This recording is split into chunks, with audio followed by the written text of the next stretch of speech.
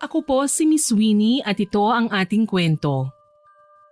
Narinig mo naman siguro ang nabanggit ko kanina sa klase, Lucas. Opo, narinig ko po na magkakaroon po tayo ng transfer student. Bilang class president ay ina-expect ko na ikaw ang tutulong sa kanya na mag-adjust. Sisiguraduhin na malalaman at maiintindihan niya ang lahat ng room at school rules natin. May tiwala ako sa iyo sa mga ganyang gawain. Makakaasa po kayo, ma'am. Ako po ang bahala sa kanya. Sisiguraduhin ko rin po na hindi siya makakatanggap ng bullying dahil uso pa naman ngayon ang pagbully sa mga transfer student. Maraming salamat, Lucas. Maaasahan ka talaga bilang class president. Lalo na ngayon na ikaw ang bagong SSG president natin. Mas dumami yata ang responsibilidad mo at nadadagdagan ko pa lalo. Nako, hindi naman po masyado.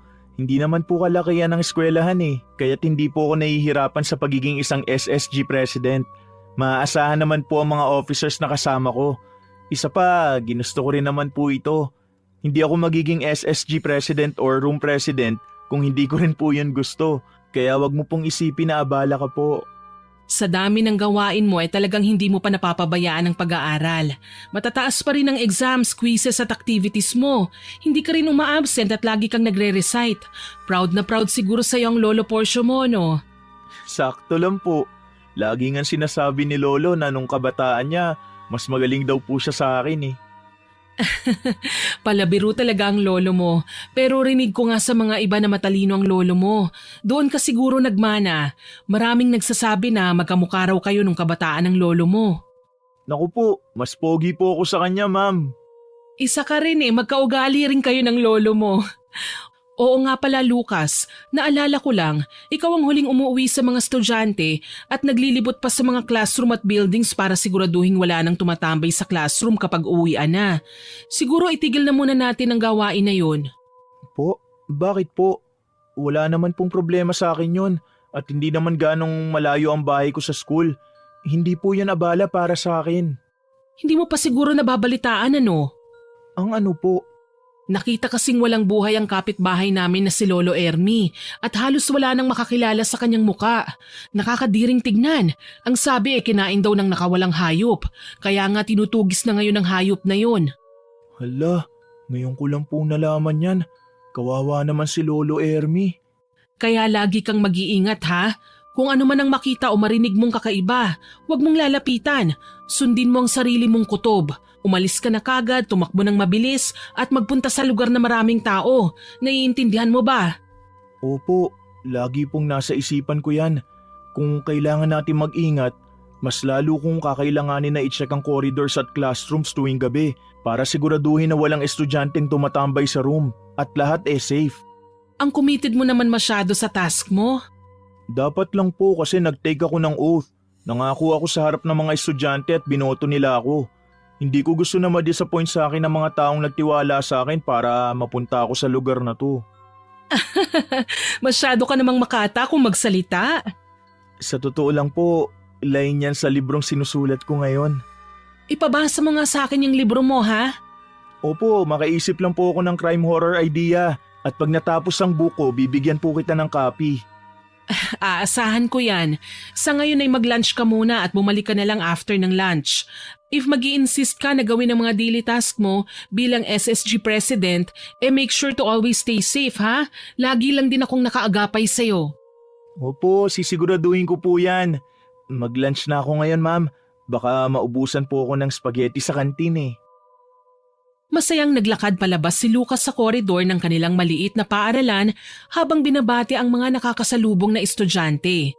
Kilala si Lucas sa bayang Villamor Senior High School dahil si Lucas ay isang masipag, maaasahan, mabait at responsableng SSG leader ng kanilang paaralan.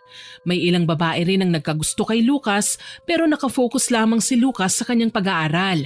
Kagaya ng laging kinakain ni Lucas tuwing lunch ay nag-order ang binata ng kalahati ng menudo sa kantin dahil nagtitipid siya. Araw-araw ay binibilhan ni Lucas ang kanyang lolo Porcio ng pasalubong habang ang ibang pera ay iniipon niya. Pagkatapos mag-lunch ay bumalik na sa classroom si Lucas at sinigurado na lahat ng kanyang mga kaklase ay nakabalik na galing sa kantin. Ilang minuto pang nagkwentuhan ng mga magkakaklase bago dumating ang kanilang guro na si Teacher Sandra kasamang isang magandang babae na may katangkaran, maamong muka at mahabang buhok. Hangang-hanga ang mga estudyante sa ganda ng babae na kanilang bagong kaklase. Magandang tanghali everyone. Sana lahat kayo'y nakapag-lunch na. Bago tayo mag-lesson ngayong araw, gusto kong ipakilala sa inyo si Soledad, ang bago niyong kaklase. Magandang araw po sa inyong lahat. Ako po si Soledad. Halos kaedad niyo lang din si Soledad. Soledad, can you tell us more about yourself? Favorite color, hobbies, anything about you para lubusan ka naming makilala. Tignan mo, mukhang excited ang mga bago mong kaklase na makilala ka pa. Nakakatuwa naman. Tungkol po sa paborito kong kulay, ito po ay kulay pula, lalo na pag dark red po, kagaya ng dugo. Bakit naman yun ang paborito mo? Lagi po kasi akong nadadapa nung bata ako kaya lagi ko pong nakikita ang kulay ng dugo.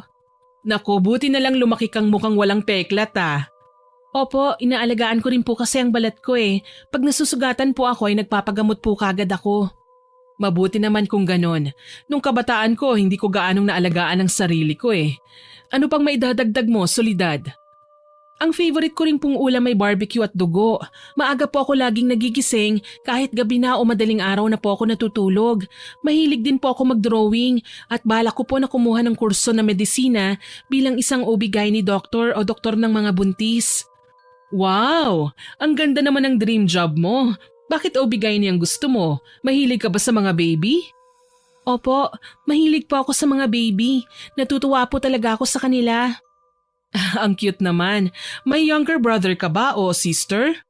Wala nga po Only child lang po ako at nasa ibang bansa po ang parents ko. Kaya medyo nalulungkot po ako kaya umaasa po ako na magkakaroon po ako ng mga kaibigan sa section na ito.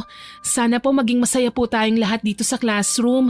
Excited na akong makilala kayong lahat.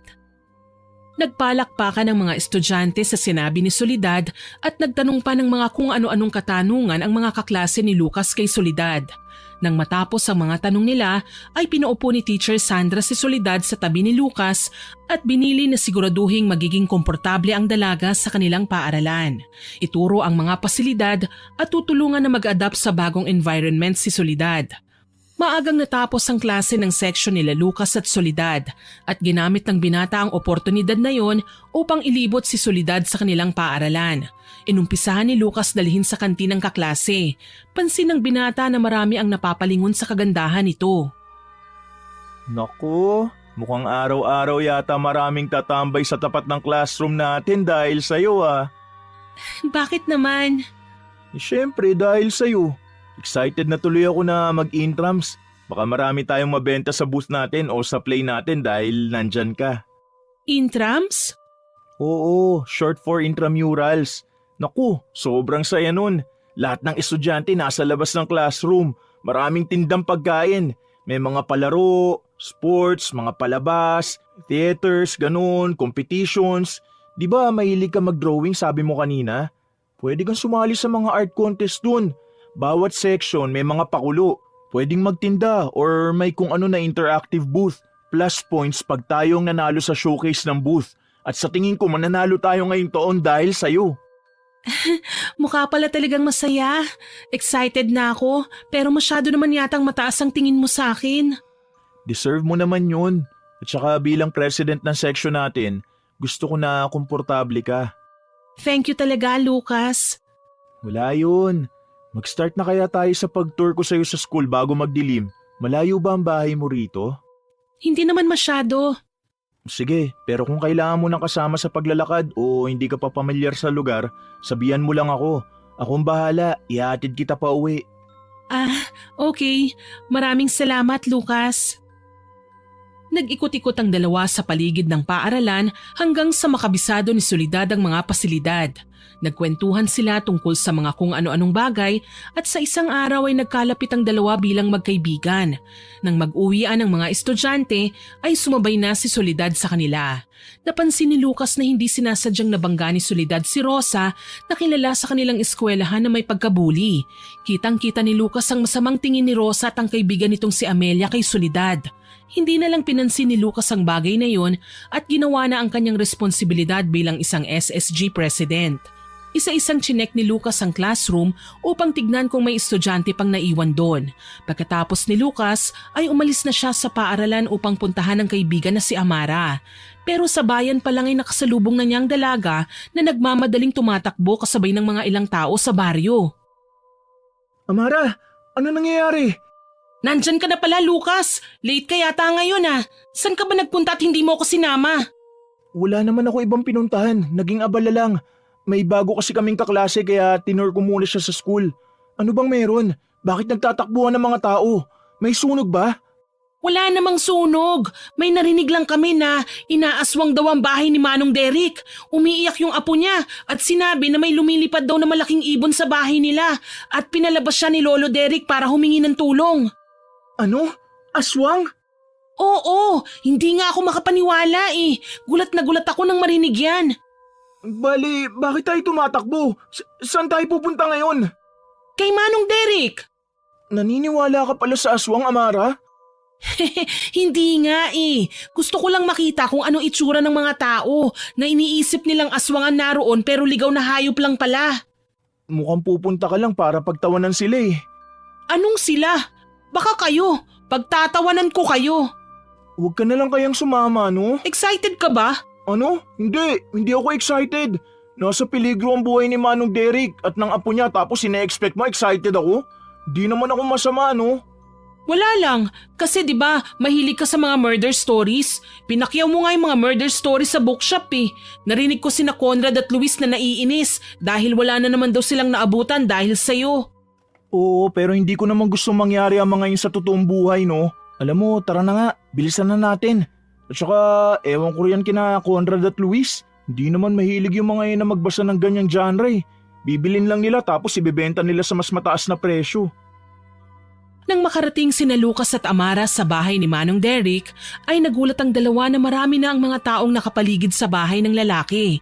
Ang ilan ay umiiyak, may ibang sumisigaw at meron ding nagbubulungan na kung sino o ano ang pumatay kay Manong Derek. Pakiramdam ng magkaibigang Amara at Lucas ay masusuka sila sa brutal na itsura ng bangkay ng lalaki. Nagdatingan ng mga taga-barangay habang ang ilang mga tao ay nag-uusap-usap kung ano ang posible na nangyari.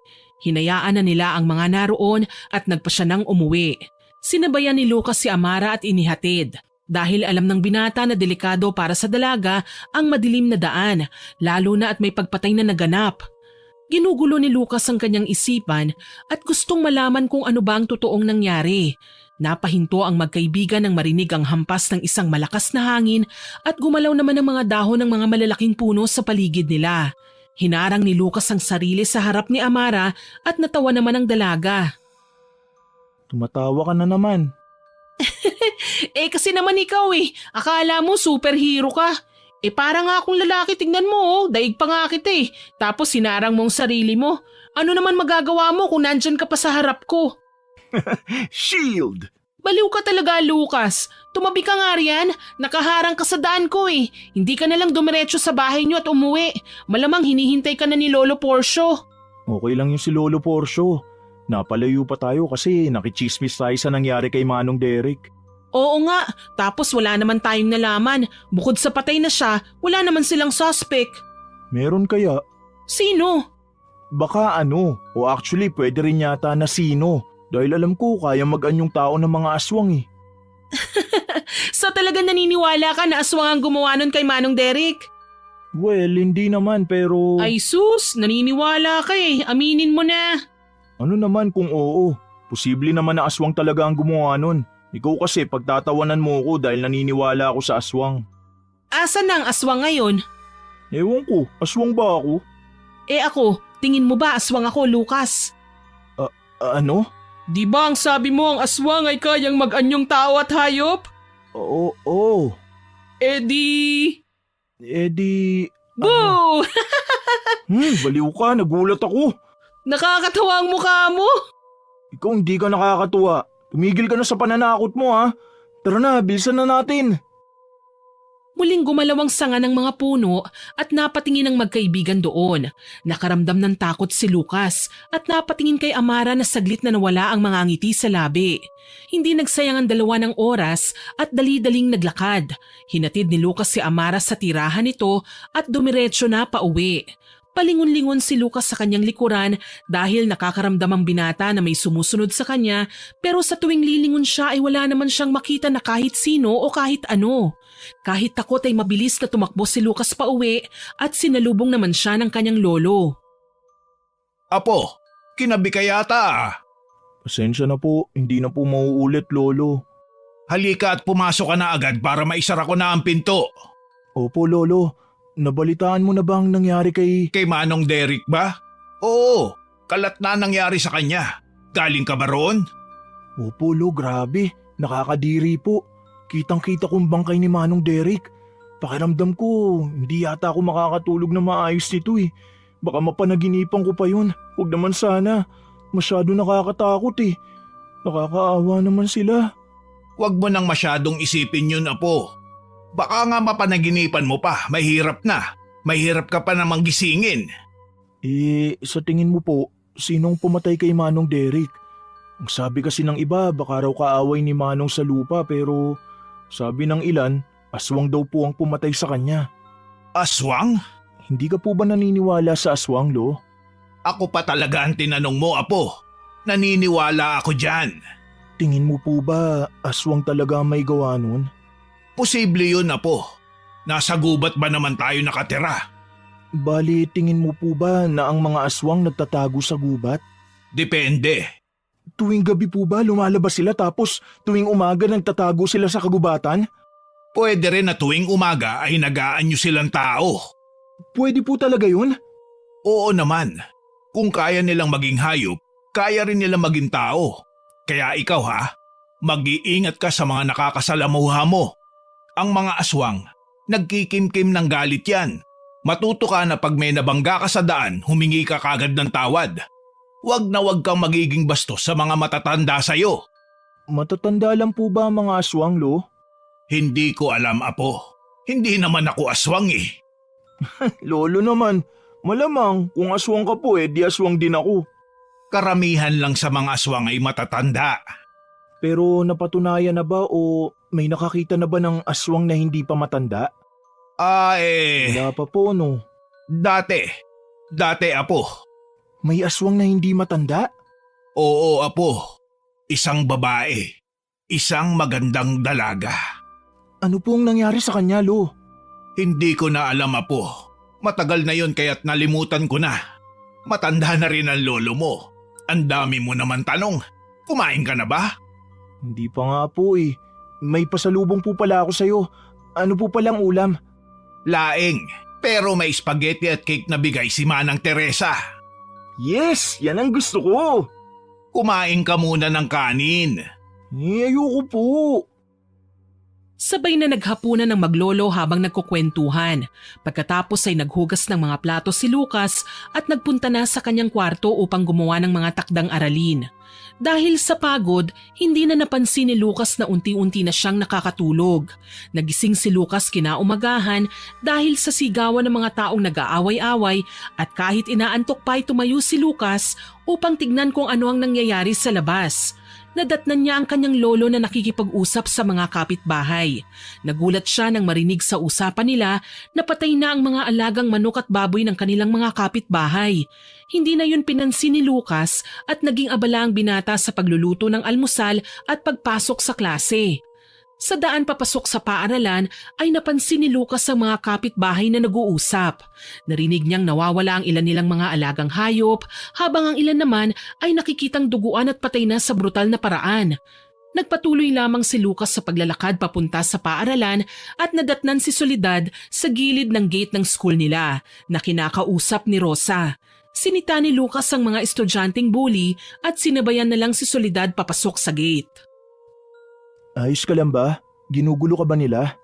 Ayos lang ako, hindi naman. Sabihin mo lang sa akin kapag may ginawa silang hindi maganda sa'yo Hindi dapat tinotolerate ang mga bully. Salamat Lucas, mabilis akong naging komportable rito dahil sa'yo. Walang anuman. Sabi kasi ng lolo Porsche ko na hindi dapat hinahayaan ng mga bully na… Lolo Porsche? Oo, kilala mo ba si lolo? Hindi, pero Pero ano? yung pangalan niya, Bakit? wala naman. Nabalitaan ko lang na magaling na magsasaka ang lolo mo. Oo, balita ko dati masipag at magaling talaga si lolo. Dati? Oo matanda na kasi si lolo ngayon. Okay.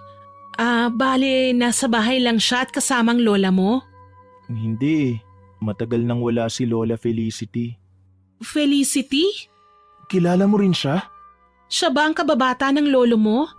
Oo, naalala ko ang mga kwento ni lolo sa akin noon kung paano niya niligawan si Lola. Napahinto si Lucas sa pagsasalita nang biglang magsuka ang estudyanteng nakasalubong nila. Dali-dali niyang nilapitan ng estudyanteng babae at napansin na bigla na lamang nawala si Soledad at nahinto rin ang pagsusuka ng babae. Habang sa paaralan ay hindi mapigilan ni Lucas ang sunod-sunod na pag-aalala sa kanilang baryo dahil nabalitaan niya sa kanyang mga kaklase na may ilan pang namatay sa lugar nila at karamihan ay mga matatanda na nakaedaran ng kanyang lolo. Nang uwian ay naiwan sa eskwelahan si Lucas upang i-check ang bawat classroom nang makitang isa sa mga bully na si Rosa na tumatakbo. Tinawag ni Lucas ang dalaga pero hindi siya narinig. Sinubukang habulin ni Lucas si Rosa ngunit hindi niya na nakita pa. Isang linggo ang nakalipas, gulat na gulat si Lucas nang pagpasok niya ay nabalitaang nakitang patay si Rosa malapit sa kanilang paaralan. Gutay-gutay ang katawan nito, kaya't pinaalam kagad ni Lucas kay Teacher Sandra na nakita niya si Rosa kagabi. Talaga ba, Lucas? Opo, sigurado ko na si Rosa ang nakita ko. Wala ka bang nakita na humahabol sa kanya? Wala po, wala nga ako narinig na kahit anong yabag o ingay. Sinubukan mo ba siyang tawagin? Opo, tumakbo pa ako palapit sa kanya pero hindi niya ako narinig at nang hinabol ko siya, bigla na lang siyang nawala. Kawawa naman si Rosa. Wala ka bang napansin na kakaiba? Wala po, pero… Pero ano? Hindi po ako sigurado Ano yon? Handa ka ba nakausapin ng mga pulis, Lucas? Opo, kakausapin ko po sila at magbibigay ako ng statement. Pero anong sinasabi mo kanina, Lucas? May napansin ka ba na kakaiba? Huwag kang matakot. Sabihin mo sa akin kung ano ang nakita mo dahil buhay ni Rosa ang nakasalalay dito. Nakatingala po si Rosa. Takot na takot. Nanlalaki ang mga mata niya. Nakatingala siya habang tumatakbo palayo. Ano? Hindi ko rin po alam ang nakita ko. Hindi ko po maintindihan pero sinasabi ko lang po ang totoo kong nakita. At sasabihin ko po sa pulis sa mga nalalaman ko dahil baka makatulong sa pag-solve ng kaso. Ilang buwan ang lumipas at hindi pa rin natatahimik ang kanilang baryo. Lalo pang dumadami ang mga kasong pagpatay. Isang gabi, nahuli na naman ang uwi si Lucas at nagpunta muna siya sa lugar kung saan niya huling nakita si Rosa. Maya-maya ay nakarinig siya ng sigaw mula sa di kalayuan. Dali-dali siyang pumasok sa madilim na kagubatan. Napahinto siya sa pagtakbo at nagulat ang binata nang marinig ang isang malakas na tahol ng aso. Napaatras siya bago lumingon sa kanyang likuran. Isang malakas na pagaspas ng mga dahon at pagtawa ng isang matandang babae ang kanyang narinig. At maya-maya ay naging isang iyak ng bata hanggang sa naging kaparehas pa ng sariling boses ni Lucas. Nagulat si Lucas nang sunggaban siya ng isang malaking ibon na may kulay pulang mga mata, mahabang galamay, matalas na kuko at merong malansang amoy. Takot na takot si Lucas nang malaman na isang aswang ang nasa kanyang harapan. Hinarang ni Lucas ang kanyang bag pero napainda sa sakit ng makalmot ng aswang. Nakarinig ng mga yabag si Lucas at nakita si Amara na tumatakbo palapit sa kanya na may dala pang plastik ng mga gulay. Hoy! Halimaw! Ako ang harapin mo! Halika! Dito tayo magtuos! Anong ginagawa mo dito? Inililigtas ka, ano pa ba? Tumakbo ka na at nauubos ng mga dala kong gulay sa kababato sa ibon na ito. Halika na! Sumunod ka na sa akin! Oo, nandyan na. Nakasunod pa ba sa atin? Huwag ka nang tumingala. Bilisan mo na lang ang pagtakbo mo. Nakita mo ba yun? Nakakatakot siya! Oo na, bilisan mong tumakbo. Unang beses ko lang makakita ng aswang. Bakit parang masaya ka pa? Tama ako. Totoo nga na may aswang. Oo, totoo sila. At muntik ka nang maging biktima ng isang aswang. Nakatakas naman ako. Kasi niligtas kita. Bilisan mo kung ayaw mong iwan kita rito, no? Mabilis na tumakbo ang magkaibigan hanggang sa makarating sila sa maliwanag at mataong tindahan ni Aling Alisa, kaya naging ligtas na ang dalawa. Mabilis na kinuwento ni Lucas sa Tamara ang naging karanasan kay Aling Alisa at sa mga manginginom na hindi nagdalawang isip na pumasok sa kagubatan upang hanapin ang aswang. Ginamot ni Aling Alisa ang sugat ni Lucas at sinabing magpatingin sa kakilalang albularyo na si Manong Uno. Naiwan naman sina Amara at Lucas sa sala ni Aling Alisa at pansin ni Lucas na paulit-ulit na umiinom ng tubig si Amara. Kanina ka pa. Masisisi mo ba ako? Hindi ako makapaniwala eh. Alam mo naman na hindi ako naniniwala sa mga aswang, tapos nakakita pa talaga ako. To see is to believe nga, di ba? Nagpakita na siya sa'yo para maniwala ka na. Baliw. Buti nga hindi ka nasugatan kagaya ko eh. Mahina ka kasi. Pagdating ko nakahiga ka na lang sa lupa eh. Aba, tumayo ka dapat at lumaban. Lumaban naman ako. Gamit ang bag mo. Ano pa nga ba? Wala naman akong choice. Nakakatakot kaya makipaglaban sa aswang. Ang unfair eh. Nakakalipad siya tapos ako hindi. Alam mo ba na pinaglalaruan pa ako ng aswang? Umiiyak siya, tumatawa, ginagaya ang boses ni Rosa, kahit nga boses ko ginaya niya eh. Huwag ka nang matakot. Hindi ako nananakot, nagkukwento lang ako. Napaisip tuloy ako kung ano na mangyayari sa akin. Nakalmot ako ng aswang, Amara. Magiging ayos ka lang, Lucas. Huwag kang mag-alala. Alkohol lang yan. Alkohol? Oo, bakit? Ano ba gusto mo? Seryoso ako, uy. Ako rin naman, ano ka ba? Kalmot lang yan. Hindi mo naman yan ikamamatay, tol. Paano kung maging aswang ako? Nang dahil sa kalmot? Oo nga, kalmot lang. Pero kalmot to ng aswang, Amara. Ganito, umuwi na tayo, Lucas. Sigurado ako na nag-aalala ng lolo mo sa'yo. Kailangan mong magpahinga at matulog. Siyang kausapin mo tungkol dyan. Sabihan mo na lang ako pag gusto mo nang kumain ng laman ng tao. Nagpahatid ang magkaibigan sa sari-sarili nilang bahay hanggang sa makauwi na ang dalawa. Alalang-alala si Lolo Porcio kay Lucas at gulat na gulat nang ikwento ni Lucas ang kanyang karanasan sa aswang. Nagsaboy ng asin si Lolo Porcio sa paligid at isinira ang mga bintana. Sigurado ka bang okay ka lang, Apo? Sabi ko kasi sa iyong bata ka. Wag na wag ka magpapagabi. Hindi ka lagi nakikinig eh. Ayos lang po ako, Lolo.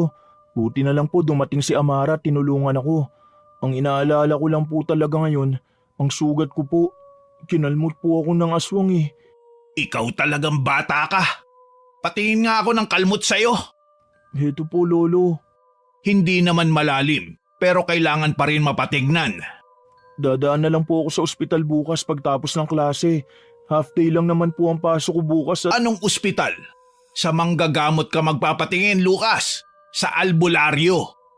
Po, may albularyo po ba sa baryo natin? Sa kabilang baryo kay Manong Sandro. Sasamahan kita bukas. Hindi na po kailangan, Lo. Baka mahirapan lang kayo eh. Ako na lang ang pupunta. Isasama ko na lang si Amara at promise po hindi kami magpapagabi. Siguraduhin mo na hindi kayo magpapagabi, ha? Opo, Lo. Promise ko po yan. O sige. Sigurado naman ako na marami nang naghahanap sa aswang na yun ngayon. Bali, siya rin po bang pumatay sa mga matatanda at sa mga hayop sa baryo natin? Malaki ang posibilidad, Apo. Aswang na nga talaga yun. Nakakatakot naman po. Ano na mangyayari ngayon, Lo?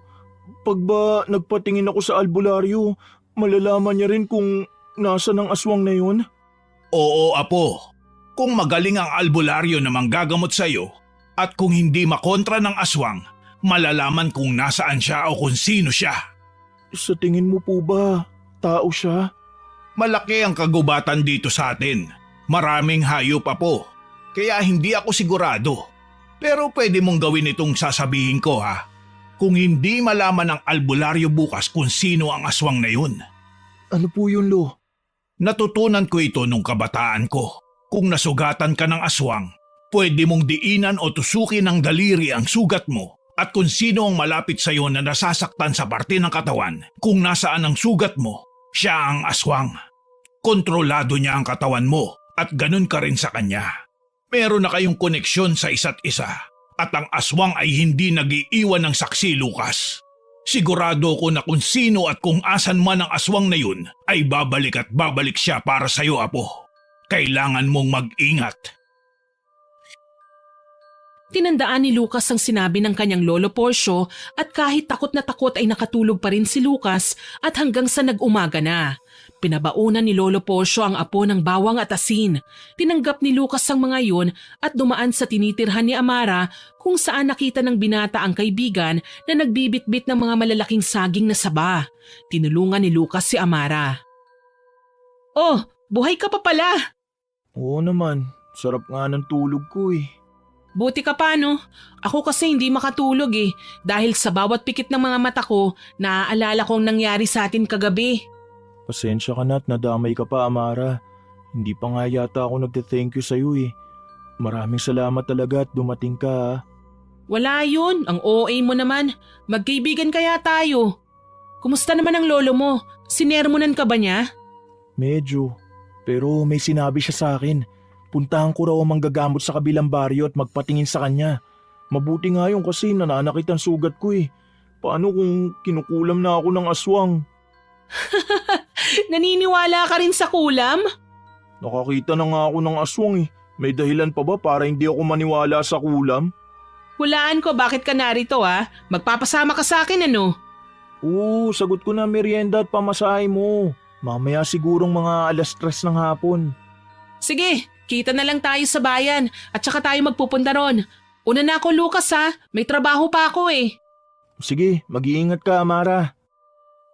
Dumiretso na si Lucas sa paaralan kung saan sunod-sunod siyang tinanong ng kanyang mga kaibigan at mga guro tungkol sa kanyang karanasan at ikinuwento ni Lucas na magpapagamot siya sa albularyo sa kabilang baryo sa kanyang pag-uwi. Huli namang pumasok si Soledad na nakasuot ng puting face mask at tumabi sa binata. Ayos ka lang? May sakit ka ba, Soledad? Wala naman. Salamat sa pag-aalala. Masama lang talaga ang pakiramdam ko. Sunod-sunod ang ubo at sipon ko. Buti ka pa nagsusuot ng face mask pag may sakit. Yung iba dyan, bubugahan ka pa sa muka. Baka kasi mahawahan ko kayong lahat Mahirap na. Thank you kasi iniisip mo pa kami. Oo nga pala, narinig ko ang usapan ng estudyante sa labas. Totoo ba yun? May nakita ka talagang aswang kagabi? Oo, Soledad. Nakita namin ang kaibigan ko na si Amara. Gulat na gulat at takot na takot nga kami. Naku, kung nandun ka malamang matatakot ka rin. Buti na lang at hindi ako nagpapagabi. Mahirap na talaga ngayon Kung ano-ano na lang ang makakasalubong mo. Sana naman ay hindi na ito maulit. Mabuti nga yun para maiwasan mo ang aswang. Pero sana mahuli na siya. Kasi tinutugis na siya ng barangay captain natin eh. Yari talaga ang aswang na yan. Balita ako'y nasugatan ka rin. Oo, hindi naman malalim pero kailangan ko siyang mapatingnan. Magpapadoktor ka? Sabi ni Lolo kay Manong Sandro daw. Basta yung matandang manggagamot sa kabilang baryo, magpapatingin ako sa kanya. Ang galing nga eh. Malalaman ko rin daw kung sino ang aswang na yun. Ano naman ang gagawin mo pag nalaman mo kung sino siya? Hindi ko alam eh.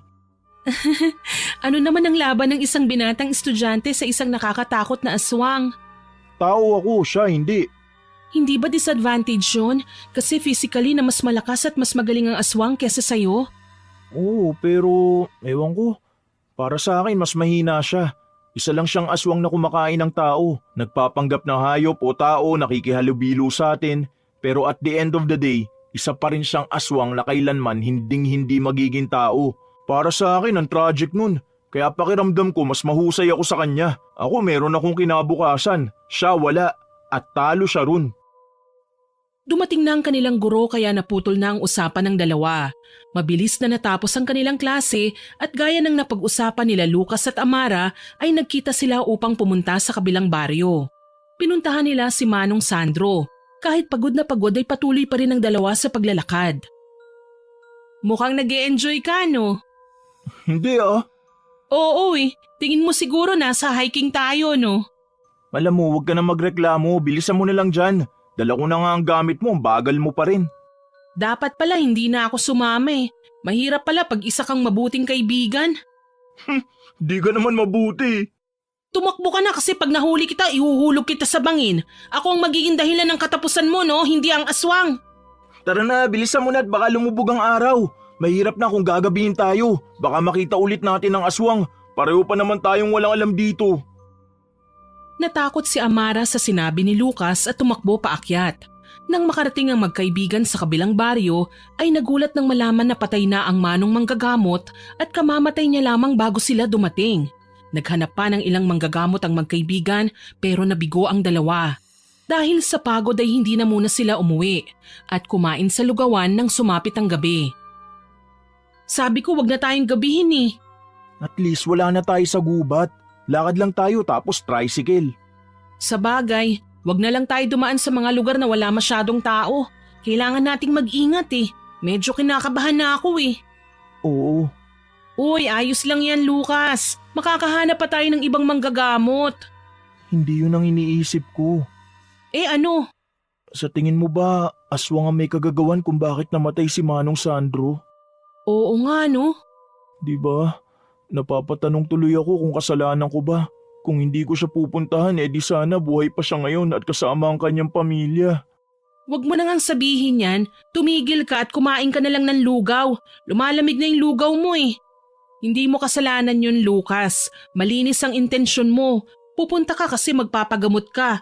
At kung aswang nga ang kumitil sa albularyo ay hindi mo kasalanan yun. Nakukonsensya lang talaga ako, Amara.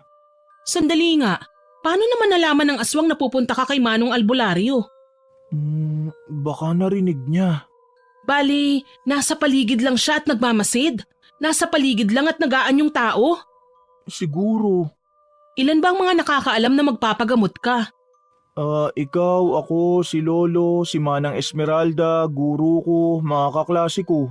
Napakarami naman pala eh. Mukhang hindi nahirapan ng aswang na kumuha ng detalye tungkol sa'yo at alam yata lahat ng baryo ang buhay mo. Nagkwento lang naman ako. Hindi naman kaya ang lolo mo ang aswang? Lalong hindi ako ang aswang no? Si Manang Esmeralda naman, isang madre. Teacher mo naman si Miss Sandra, isang devoted member ng church. Tapos ang mga kaklase mo. Isa kaya sa kanila ang aswang? Hindi ba may pinatay na estudyante sa inyo? Baka nga isa sa inyo ang aswang, Lucas. Oo nga, kailangan nating malaman kung sino. Paano, Lucas? May sinabi sa akin si Lolo, diin nanutusukin ko raw ang kalmot ng aswang sa akin at kung sinong mahihirapan, siya ang aswang. Totoo kaya yan? Mukha bang sinungaling ang lolo ko? Hindi naman. Ang sa akin lang ay kung totoo ba yan. Matagal na yata yan eh. Kahit matagal na o hindi, ito pa lang ang paraan na meron tayo. At desidido ko malaman kung sino ang aswang na yun, Amara. Nasa panganib ang buhay ko. Sabi ni Lolo, hindi ako titigilan ng aswang. Ayoko mamuhay sa takot kaya tanda akong harapin agad ang takot na yun. Ikaw din, Amara. Nakita ng aswang ang mukha mo, kaya kailangan mo mag-ingat dahil baka ikaw na ang susunod. Kung hindi man ikaw ang biktima ngayon, baka sa susunod mga mahal mo na sa buhay. Naging interesado tuloy ako sa aswang na yan. Ang interesting nila, no? Paano kaya nagsimula ang aswang? Tingin mo ba ipinanganak sila na aswang na o pinagpasapasahan nila ang kakayahan na maging isang aswang? Ayan ang aalamin natin. Na-excite tuloy ako. Kailangan natin maganda. Kailangan safe ang baryo natin sa aswang. Kakausapin ko mga kapitbahay natin para magronda. Kakausapin ko rin ang mga tindahan na dapat ay laging bukas ang kanilang mga tindahan tuwing gabi at lalo na madaling araw dahil baka may lumapit sa kanila at humingi ng tulong. Sige! Piguman na umuwi si Lucas dahil hindi nakapagpagamot pero desidido ang binata na hanapin kung sino ang aswang. Kinabukasan, habang nasa loob ng classroom ay pinisil-pisil ni Lucas ang kalmot ng aswang pero ni isa sa kanyang mga kaklase ay hindi naman nasasaktan o nahihirapan. Matamlay na bumalik si Lucas sa kanyang upuan kung saan napansin niyang hindi pumasok si Soledad. Absent po si Soledad, ma'am? Oo, masama raw ang kanyang pakiramdam. Kahapon pa siya may ubo at sipon eh. Oo nga po eh. Pansin ko rin, kawawa naman siya. Ang alam ko, nasa ibang bansa ang pamilya niya. May magbabantay kaya kay Soledad habang may sakit siya? Yun nga rin ang sabi niya na nasa ibang bansa ang mga magulang niya. Kaya kahit ako'y nag-aalala. Naisipan ko nga na bisitahin siya pero masyado pa akong busy. At sunod-sunod naman ang meeting sa office. Eh kung ako na lang po kaya? Ayan ka na naman kaya ka napapahamak kung ano-ano ang ginagawa mo. Nag-aalala rin po kasi ako kay Soledad. Naging magkaibigan na rin kami. Malapit pa naman na ang pista. Sabi ko sa kanya, igagala ko siya sa bayan pag pista at isasama sa pag-aayos ng mga design at ng mga santo. Tapos nagkasakit naman siya. Ikaw ha? Baka mamaya may namamagitan na sa inyo ni Soledad. Marami kang kaagaw, marami pa naman ang nahuhumaling sa kanya. Hindi po, magkaibigan lang po kami. Wala pong ganun ma'am, bata pa po kami pareho. Bahala ka Lucas, basta ibibigay ko sa iyo ang address mamaya ni Soledad. Balitaan mo na lang ako. Opo, salamat po ma'am. Maagang natapos ang klase ni Lucas at tumiretso sa address na binigay ng kanyang guro. Pero naligaw ang binata at kung saan-saan na napunta. Dahil hindi mahanap ni Lucas ang address ni Soledad ay naisipan niyang huminto na at magpunta na lang sa bahay ni Amara kung saan hinihintay siya ng kaibigan. Nagsimula nang mag-imbestiga ang dalawa at nagtatanong-tanong sa mga kapitbahay kung sino nga ba ang pinaghihinalaan nilang posibleng aswang sa kanilang baryo. Hanggang sa parami na ng parami ang mga impormasyon na nakukuha nila at kaalaman kung paano papatayin ng aswang sa baryo. Ang sabi ni Manong Edmo, walang aswang noon sa baryo natin, pero manggagamot, albularyo at mangkukulam meron. Ayan ba ang sinabing sinumpa na maging isang aswang? Alam mo rin yun? Oo, kinwento ni Manang Wilma. Nahirapan nga ako makinig. Matanda na kasi siya kaya hirap na magsalita.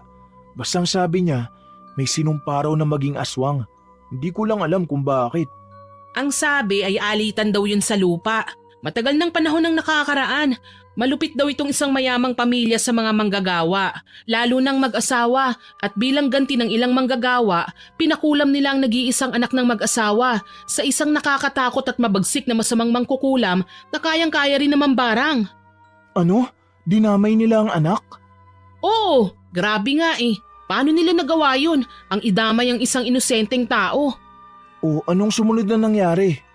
Hindi ko na nga alam Ang gulo kasi ng kwento ng mga matatanda Sabi nila, pinatay daw ng mag-asawa ang kanilang anak tapos nag-ibang bansa at nagpalit ng pangalan. Ang sabi naman ng iba, ikinubli nila ang dalagang aswang sa mga tao. Hindi ko alam kung anong paniniwalaan. Ako nga rin Pero heto, alam mo ba, nakapanahunan niya ng lolo mo. Lahat ng matatandang namatay at pinatay ng aswang nitong mga nakaraang linggo, lahat sila dating magsasaka. Sabi mga manggagawa raw sila, isa sa mga lumapit sa mangkukulam, isa sa mga nakasaksi ng pangyayari pero wala silang ginawa. Ha? Si Lolo? Oo, pero hindi ko sinasabing kasabwat ang lolo mo, Lucas ha. Alam ko naman yun. Sinasabi ko lang nakakilala sila ng lolo mo at baka may alam siya sa nangyari. Isa pa, sa tingin ko si Manong Floyd ang susunod na biktima ng aswang, kung siya nga yun. May pattern sa pagkamatay nila? Alphabetical, sa surname, nasa letter E kaya posibleng siyang susunod. Kung ganun kailangan natin bantayan si Manong Floyd. Tama! Palapit na ang gabi at nagpunta ang magkaibigan sa bahay ni Manong Floyd. Inihanda nila Amara at Lucas ang mga dalang bawang at maraming asin.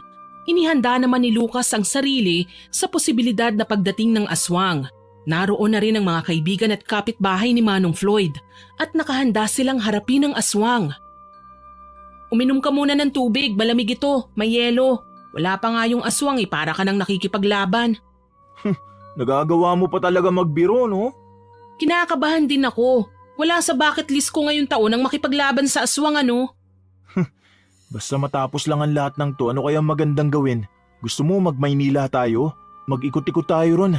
Sabi mo nung nakaraan gusto mong pumunta sa mga National Museum. Sige, sakto. May sobra ako sa ipon. Ayun, deal Pupunta tayo sa National Museum pagkatapos. Deal! Pero ngayon, kailangan muna nating tapusin to. Kahit na parang wala naman nangyayari. Oo nga Hindi ba dapat kanina pa dumating ang aswang? Anong oras na Sigurado ka ba na si Manong Floyd ang susunod na biktima? Oo, kasi pansin ko alphabetical ang pinapatay niya. Nasa I na nga Sino pa bang may I sa atin? Di ikaw. Oo nga no. Hindi ba? Mauunang apelyido niyo kay Manong Floyd? Ha? Oo nga. Hala! Si Lolo Porcio! Nagmamadaling tumakbo ang magkaibigan papunta sa sariling bahay ni Lucas. Paulit-ulit na nagdasal si Lucas na sana'y iligtas ang kanyang lolo sa kahit na anong kapahamakan at kasamaan. Muli nilang binilisan ang pagtakbo hanggang makarating sa bahay ni Lucas. Kahit hingal na hingal ay hindi nagpahinga ang dalawa at nilibot ang bahay upang hanapin si Lolo Porcio. Napahinto ang magkaibigan sa pinto ng kusina at nakita si Lolo Porcio na sumisipol habang nagluluto. Lo, okay ka lang po ba? Lolo Porcio! Mga apo ko, nandyan na pala kayo. Maupo na kayo at kakain na tayo.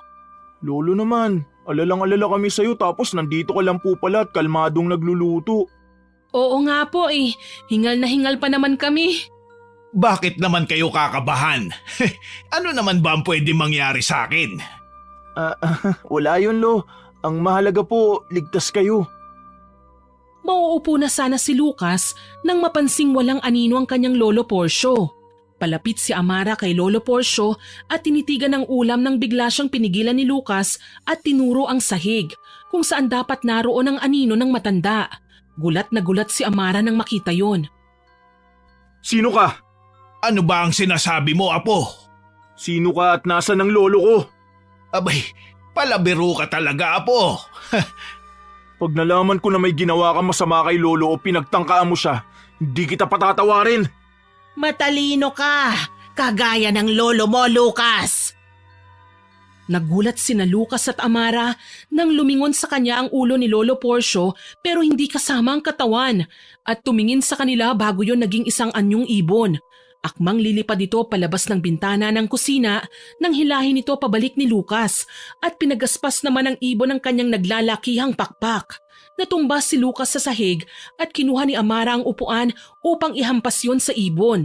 Tumayo si Lucas at isinaboy ang kumukulong sabaw sa aswang. Nakabibingi itong sumigaw at napatakip ang magkaibigan ng kanilang mga tenga. Kinuha ni Lucas ang asin sa kanyang bulsa at isinaboy yon sa aswang. Tumili ang aswang at nagmamadali pero hirap na lumipad palabas ng bintana. Hindi nagsayang ng oras ang magkaibigan at hinabol ang aswang na papunta sa kakahuyan. Ayos ka lang ba? Nasaktan ka ba? Ayos lang ako. Ikaw ba, Amara? Ayos lang din ako. Humingi ka ng tulong sa iba. Hindi kita iiwan dito, Lucas. Lalo na't hindi ko alam kung may babalikan pa ako. Kung gusto mo, sabay tayong babalik. Hindi, dito lang ako, Amara. Pagkakataon na to na malaman ko kung sino ang aswang at mahuli natin siya. May ibang araw pa, hindi tayo handa. Paano si Lolo? Hindi rin siya handa at hindi ko alam kung nasan siya. Nag-aalala ako sa kalagayan nating dalawa, Amara. Pero mahalaga rin sa akin ang lolo ko.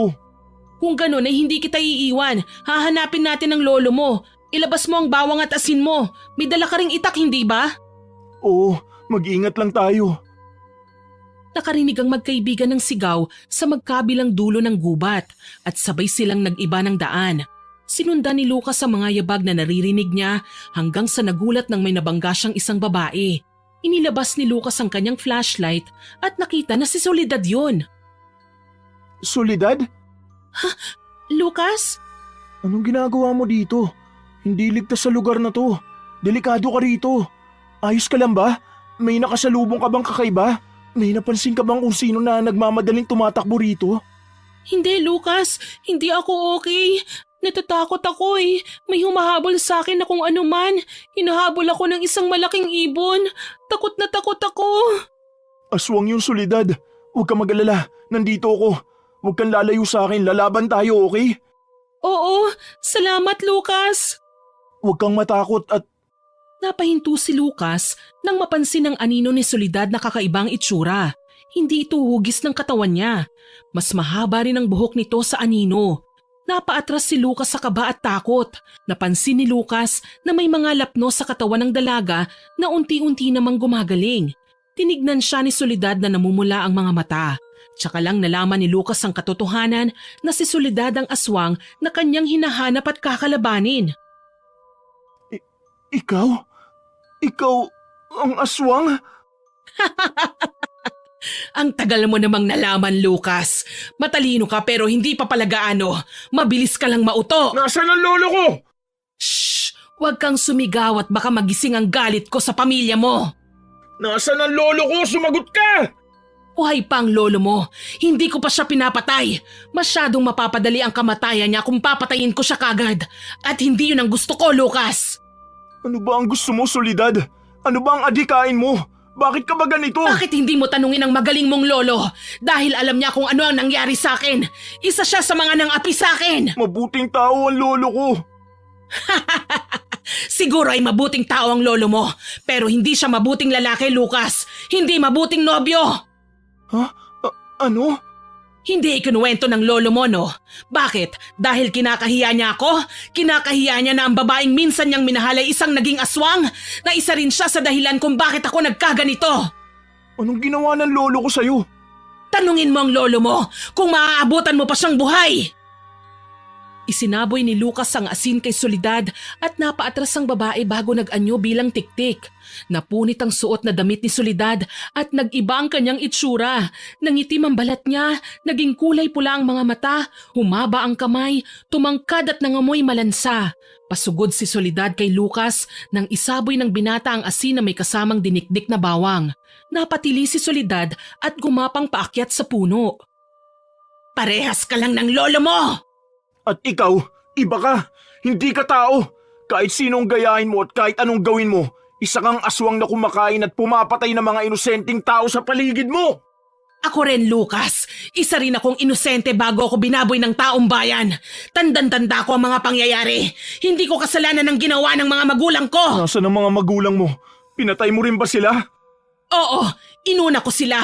Mabuti nga, mahal na mahal nila ako bago ako naging aswang. Pero dahil sa kanila, dahil sa kasamaan at kasakiman nila, pinarusahan sila ng taong bayan. Ako ang parusang binigay nila, Lucas. Ako, na wala namang kinalaman sa lahat.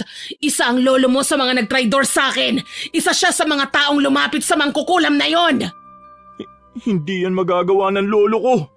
Masamang lalaki ang lolo mo at dapat ay malaman ng lahat ang ginawa niya. Ang ginawa nilang lahat sa akin. Pagkatapos nila akong gawing aswang, kinamuhian nila ako. Kahit sarili kong magulang ay tinalikuran ako. Tinrato nila akong hayop. Itinago at kinulong sa ilalim ng bahay namin. Naakala mo'y hindi tunay na anak at tagapagmana. Hindi totoo yan. Huwag mo siraan ang lolo ko. Huwag ka na magsinungaling. Hindi mo ako maloloko. Kilala ko ang lolo ko. Hindi siya ganyan. Nagkaroon ako ng kapatid na minahal nila ng sobra. Ibinigay ang pagmamahal na dapat sa akin lang. Kahit ang lolo mo, iniwan niya ako at sumama sa babae niya, sa lola mo. Hindi sila ang biktima, Lucas. Ako ang biktima rito. At kailanman ay hindi ko sila mapapatawad. Uubusin ko ang lahi nilang lahat. Uubusin ko ang lahi ninyo! Sinunggaban ni Soledad si Lucas na napahiga sa lupa at nabitawan ng dalang bag. Kakagatin na sana ni Soledad ang leeg ni Lucas pero nakakuha ng bato ang binata at ipinukpok yun sa ulo ng aswang. Natumba si Soledad sa lupa at nilapitan ni Lucas ang bote na asin na kanyang nabitawan. Ipinukpok niya ang bato sa bote para mabasag. Nagmamadaling lumipad si Soledad palayo at dali-dali niyang isinaboy ang asin. Natamaan si Soledad sa braso at galit na lumipad pabalik kay Lucas.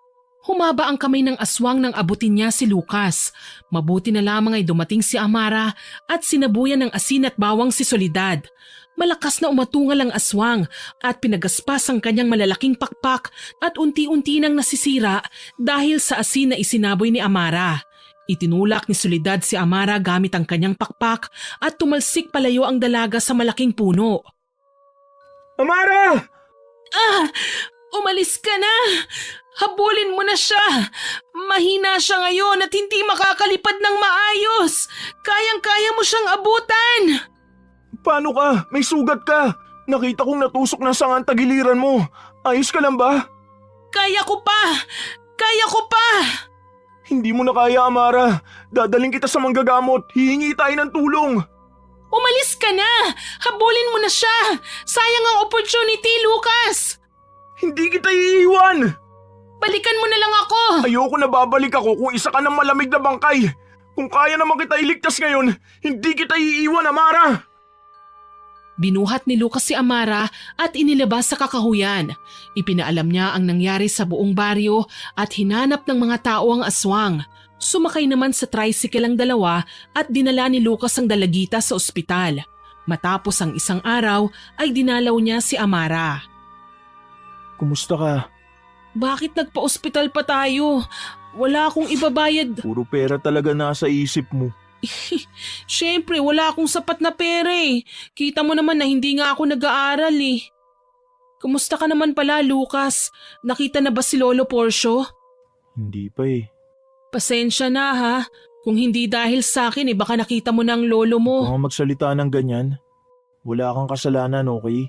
Gusto kong tulungan ka. Hindi kita iniwan dahil ayokong gawin yun sa'yo.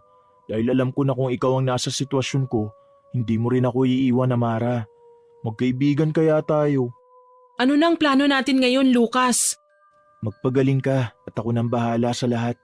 Oops, hindi yan pwede. Ano, hindi mo ako isasama kung kailan naniniwala na ako sa aswang ngayon? Ang daya mo naman kung ganun. Di ka pa nga magaling, gusto mo na agad sumugod. Akala mo talaga aswang hunter ka eh, no? Kaya ko yan. Hindi naman masyadong masakit at pagaling na rin ako. Hindi ka kikilos nang hindi ako kasama ha. Sasama ako sa'yo at isa pa, nag-enjoy ako sa ginawa natin. Adventure yun ha. Huh? Nag-enjoy saan? Sa pakikipaglaban. Baliw ka talaga. Ang kapal eh. Akala mo ang galing mong makipaglaban eh. Basta magpagaling ka muna bago tayo gumawa ng kahit anong hakbang. Oo nga pala, yung aswang kaklase mo? Oo, malapit din sa akin yun. Si Soledad. Tama ka nga at ang mga nalaman mo. Siya ang dalagang aswang na ikinubli noon at ngayon ay naghihiganti. Nakakalungkot naman pala ang buhay niya. Grabe, kawawa rin siya no? Kaya pala siya naghihiganti ngayon. Ewan ko ha, pero kung ganun ang ginawa sa akin, talagang sasama ang loob ko. Oo, awang-awa ako sa kwento niya. Biktima rin siya, Amara. Mali ang ginagawa niya pero nakakalungkot ang rason kung bakit niya ito ginagawa. Katanggap-tanggap ang galit at pagkamuhi na nararamdaman niya. Valid ang feelings niya, pero hindi ang mga actions niya. Tama ka riyan. Pagtapos ng lahat ng to, pagdarasal ko ang kaluluwa ni Soledad upang matahimik na siya. Kasi siguradong hindi siya titigilan ng mga tao nang hindi patay. Dahil sa dami ng pinatay niya, sarado na rin ang langit para sa kanya. Oo, Lucas, hindi ako makapaniwala sa dinanas ni Soledad. Mali ang ginagawa niyang paghihiganti, pero hindi ko mapigilan ng awa. Hindi na naghintay si Amara na ma-discharge at kahit salungat si Lucas sa plano ng dalaga ay hindi naman niya ito napigilan. Sa mga sumunod na araw ay nag-usap-usap ang mga tao sa kanilang baryo na tugisin si Soledad. Naghanda ng maraming asin, holy water at buntot pagi si Lucas. Napag-alaman ng magkaibigan na mayroon pang 2 matanda na dinukot si Soledad at posibleng dinala ang mga ito sa dating bahay ng dalaga, sa kanilang hasyenda. Inihanda nila Lucas at Amara ang kanilang sarili at hindi nagdalawang isip na nagtungo roon. Wala nang atrasan to ah. Wala akong balak umatras, Lucas. Sigurado ka, Amara? Kinakabahan ako para sa'yo. Kayang-kaya ko to. Matibay ako, no? Hindi ka nga lang matibay eh. Mayabang ka rin. Tara na ba? Buksan na ang gate na yan para maasikaso ko ng pagbalik ko sa pag-aaral. Mag-aaral ka na ulit? Oo, baka kasi kailangan mo ng kokopyahan eh. Promise yan ha, mag-aaral ka na ulit. Nakakatuwa naman. Sana maging magkaklase tayo. Tumango si Amara sa kaibigan at binuksan naman ni Lucas ang gate. Pagpasok nila sa loob ay nakaramdam kagad ng takot at kaba si Lucas. Dire-diretso ang magkaibigan hanggang marating nila ang loob ng malaking bahay. Nakita niya ang kanyang lolo at 2 pang matanda na nakabitin sa bintana. Nagmamadali nilang nilapitan ang mga ito. Lolo, ayos lang po ba kayo? Itatakas ko kayo, ako nang bahala kung paano. Lucas? Anong ginagawa mo rito, Apo? Umalis ka na. Umalis na kayo ni Amara. Madadamay lang kayo. Hindi ko kayo iiwan, Lolo. Tatanggalin ko po ang tali nyo at ialis ko kayo rito. Aalis po tayo na magkasama. Patawarin mo ko, Lucas. Pati ikaw ay nadadamay pa sa mga nagawa ko noong kabataan ko. Mali yun. Patawarin mo ko dahil ako ang dahilan bakit naging ganito si Soledad. Trinaydor ko siya. At ngayon ay kinagantihan niya tayo. Kinagantihan ka niya. Huwag niyo pong isipin yun. Kahit si Amara ay madadamay pa. Diyos ko, Napakalaking kasalanan ang nagawa ko. Hindi ko alam kung kaya ko bang mapatawad ang sarili ko sa sarili kong kahibangan. Lo, hindi na po muna mahalaga ang mga bagay na yun. Ang mahalaga po buhay kayo. Nakita ko kayo at magkasama na tayo. Ililigtas ko po kayo. Wag na, Apo! Po, anong sinasabi mo, Lo? Hindi po kita iiwan dito. Sabay-sabay po tayo makakaligtas dito. Huwag ka po magsalita ng ganyan. May kasalanan ako kay Soledad at nararapat lang na parusahan ako. Matanda na ako, Apo. Hayaan mo na akong pagbayaran ang nagawa ko noon. Lolo naman eh. Nakarinig si Lucas ng mga pagaspas at nagpalinga-linga kung saan nakita ni Lucas si Soledad na nasa anyong aswang at gumagapang sa pader. Hayaan mo na ang lolo mo, Lucas. Tumahimik ka. Hindi mo siya makukuha, Soledad. Hayaan mong pagbayaran ni Porcio ang sarili niyang kasalanan. Ganito dapat ang matagal nang nangyari. Dapat ay matagal ko na siyang siningil. Ikaw naman, Lucas, pakialamero ka. Hindi mo nga kilala kung anong klaseng tao talaga yung lolo mo. Hindi mo magagalaw ang lolo ko, Soledad. Kahit saktan mo pa ako, hindi ako papayag. Tingin mo ba interesado pa ako sa lolo mo? Hindi na siya ang gusto ko, Lucas. Mas interesado ako sa'yo. Masyado kang matapang. Sa tingin mo ba ay kaya mo na ang lahat? Na kaya mo ako? Kinuha ko ang lolo mo dahil gusto kitang papuntahin dito. Gusto kong gawin sa'yo ang ginawa sa akin ng baryo na ito. Ang ginawa sa akin ng lolo mo. Ano? Gagawin kitang aswang, Lucas. Gagawin kitang aswang sa harap ng lolo mo at kakainin mo siya pati ang babaeng kasama mo. Sila ang una mong magiging biktima. Bibigyan kita ng kasalanang hindi mo makakalimutan. Nagulat si Lucas nang lumipad papalapit sa kanya si Soledad at nagmamadali naman na tumalon si Lucas pababa sa hagdan. Pagbagsak ng binata ay mabilis niyang kinuha ang buntot pagi na binuhusan ng holy water. Inihampas ng binata sa ere ang buntot pagi at tinamaan nito si Soledad. Paulit-ulit niyang ginawa hanggang sa nanghina ang aswang at bumagsak sa sahig. Ibinagsak naman ni Amara ang dala nilang lambat para siluin ang aswang. Nagmamadaling gumapang si Soledad sa sahig pero napaso siya ng asin na inilagay ni Amara doon. Nahihirapan si Soledad na makatakas kaya binalikan ni Lucas ang kanyang lolo para tanggalin si pagkakatali sa bintana. Nang makawala si Soledad ay kaagad niyang sinunggaban ng binata. Hinila niya si Lucas at inilipad sa ere. Kinuha ng binata ang bote ng asin sa kanyang bulsa at idinikit sa dibdib ng aswang. Tinawanan ni Soledad si Lucas dahil hindi siya napaso ng bote. Akala mo ba ay gagana yan? Ang tanga mo naman kung ganon! Hindi. Sadya yun. Bago ka mamatay ngayon, wala ka bang gustong sabihin? Hindi ako mamamatay ngayon, Lucas. Hindi ako mamamatay.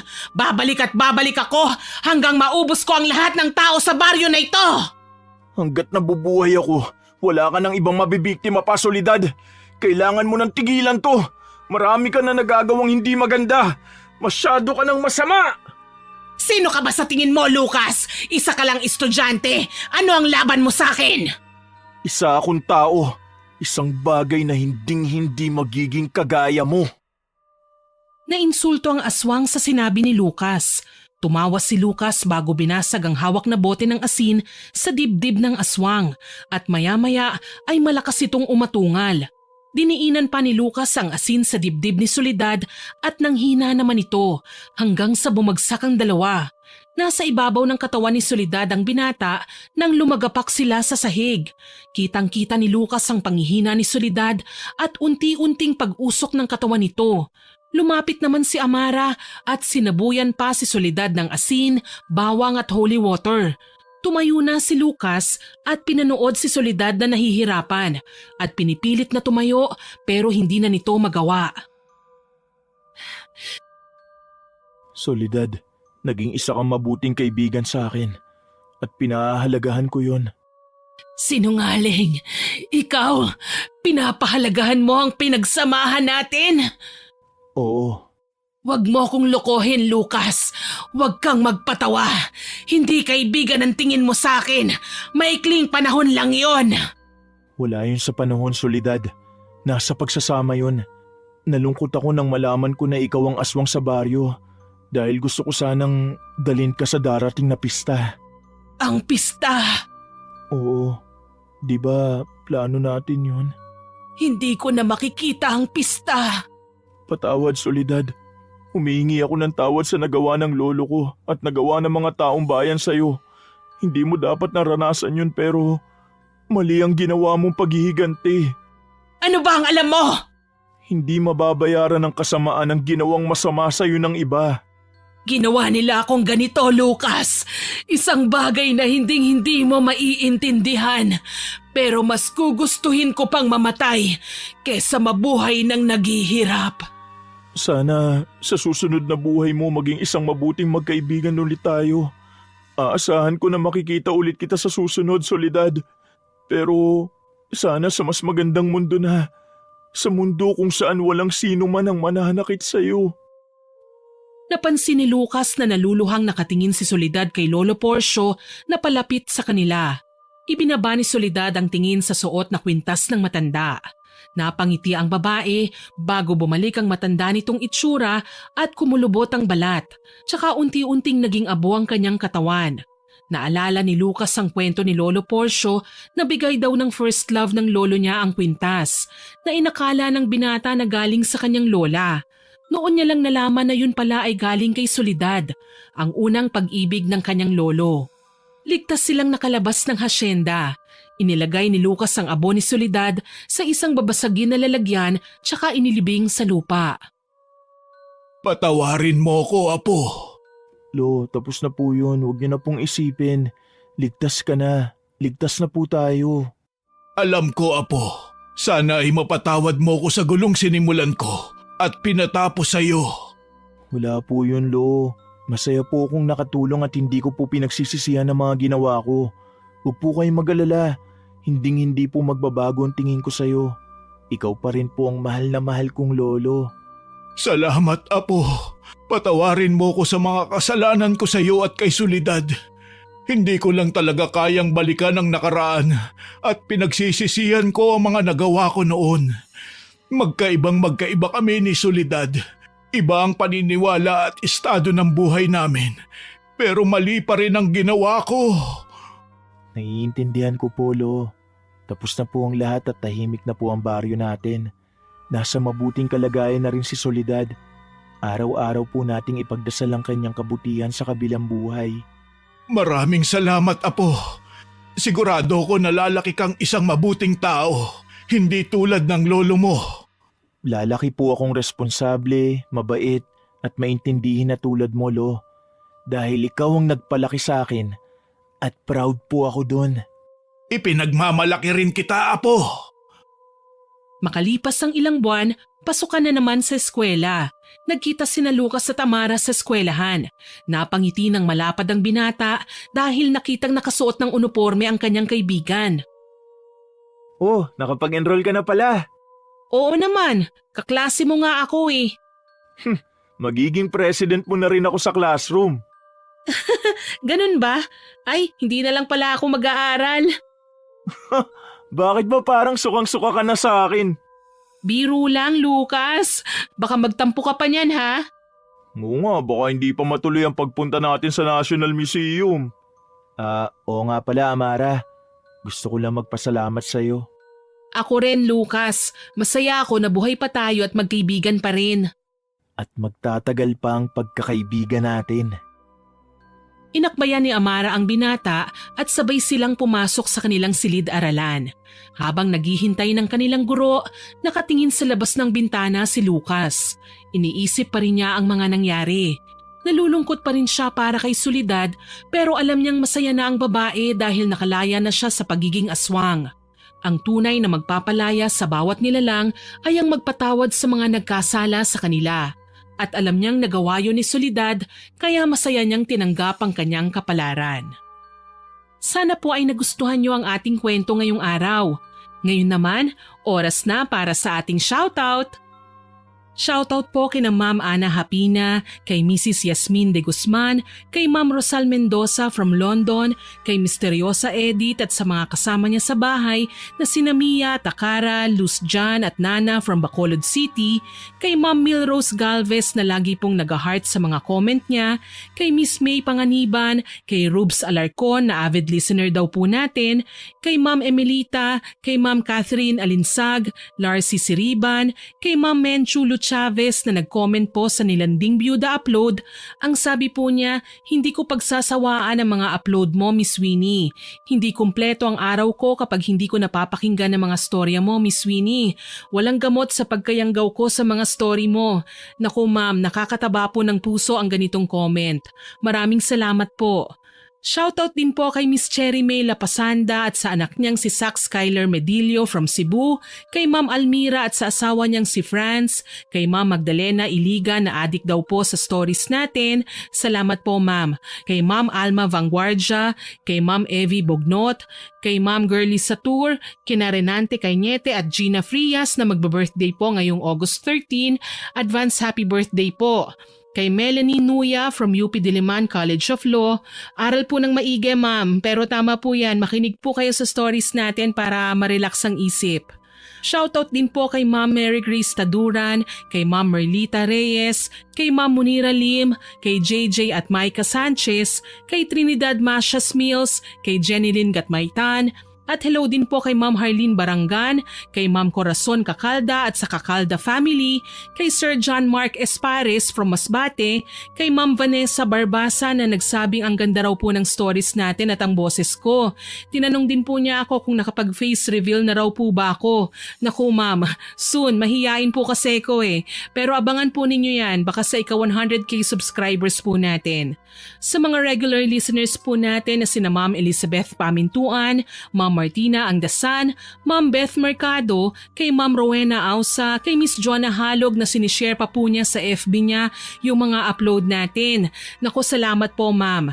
Kay Ma'am Milrose Demate, Ma'am Belen Malbas, kay Sigbinan sa Sweden, kay Ma'am Jennifer Wan na nagsabing way to 100k subscribers ang next nating goal dahil malapit na raw po nating ma-reach ang 50,000 subscribers. Salamat po ma'am. Kay Ma'am Alma Flores, kay Ma'am Lydia Lopez, kay Ma'am Rosalina Bogayon at sa asawa niyang si Sir Richard Cayon, kay Ma'am Hana Maylin Sesgundo, kay Sir George Ativo at sa lima niyang anak na sina Angelica, Angelo, Ace, Aaron at Andrea, pati na rin po kay Ma'am Lynette Reparado. Maraming salamat po sa lahat ng nakinig at nagbigay ng komento sa ating kwento ngayon. Abangan po ninyo ang mga susunod ko pang mga kwento at huwag po ninyong kalimutan mag-subscribe, like, share and comment sa mga upload natin. Hanggang sa muli, ako po si Miss Winnie na nagpapasalamat sa inyong pakikinig.